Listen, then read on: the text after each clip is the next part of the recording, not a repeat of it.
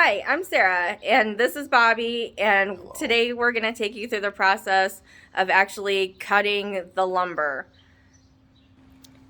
Before you start even cutting, you want to get a list of what you're cutting and the sizes all ready to go.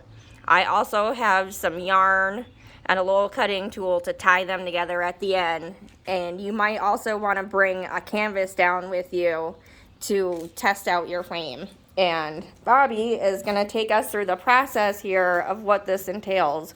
We've got a 96-inch piece of lumber here. This is a 10-inch Ryobi miter box saw, and it's sold in Home Depot, retails for $135. We also did need to purchase an additional saw blade for this. You want a fine tooth just so you don't get little frays at the end of your boxing. All right, now I'm going to turn it over to Bobby, and the first thing you need to do to start the process is...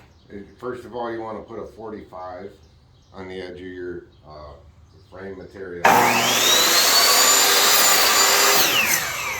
can usually and set that up with the edge of your blade. And then once you get that, you figure out your, we're doing 16 by 20s. Yep.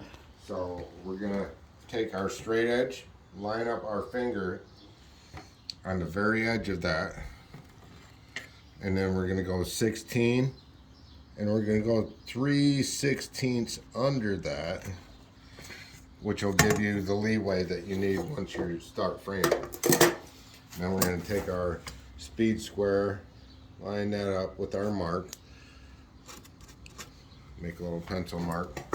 Then we're going to switch our angles to the other 45. Line up our blade. You can usually line up the blade with the edge of your mark, and it's once and done.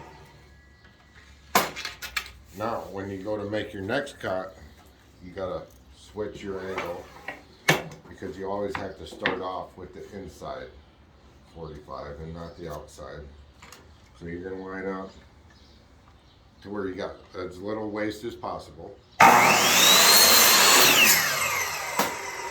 Make that mark. Go again with your straight edge. 3/16 under 16 inches. Speed square again.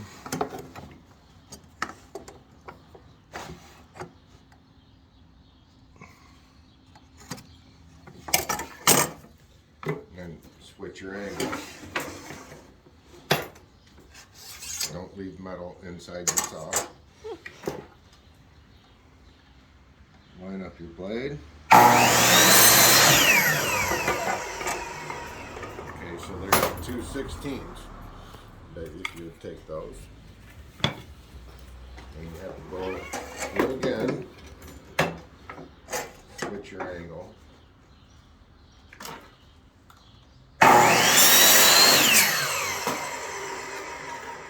now we're going for our 20. So you take your straight edge again, line it up, and then you go 3/16 under 20. Speed square it.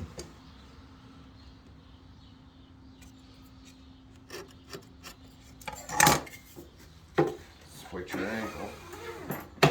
Now, when you do this, you want to make sure you take all the pencil off. So you don't want none of that pencil mark left when you make your cut.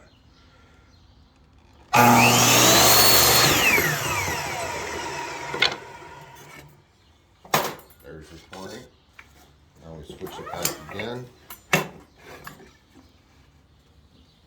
Get our start angle.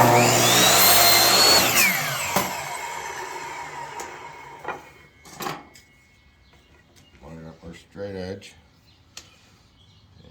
3/16 under 20.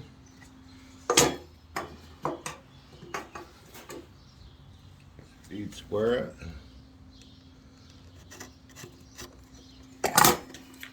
Switch our angle.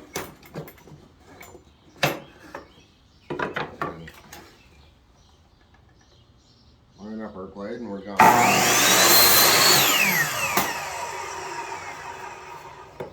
And there you go, a 16 by 20. Well, thank you so much. That was an awesome explanation of how to measure and cut a frame. Really appreciate your help. Thank you. This is a great way to get your spouse involved.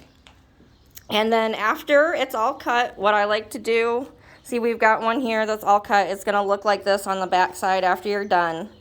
And what I like to do over here is take my little bit of yarn and bundle and tie all the frame together, so I know exactly when I get to put it together that this is gonna be a 16 by 20. And well, thank you. I hope you enjoyed this little video, and thanks for joining me and Bobby today. Have a great afternoon, and happy painting or framing, whatever you're doing today. Enjoy.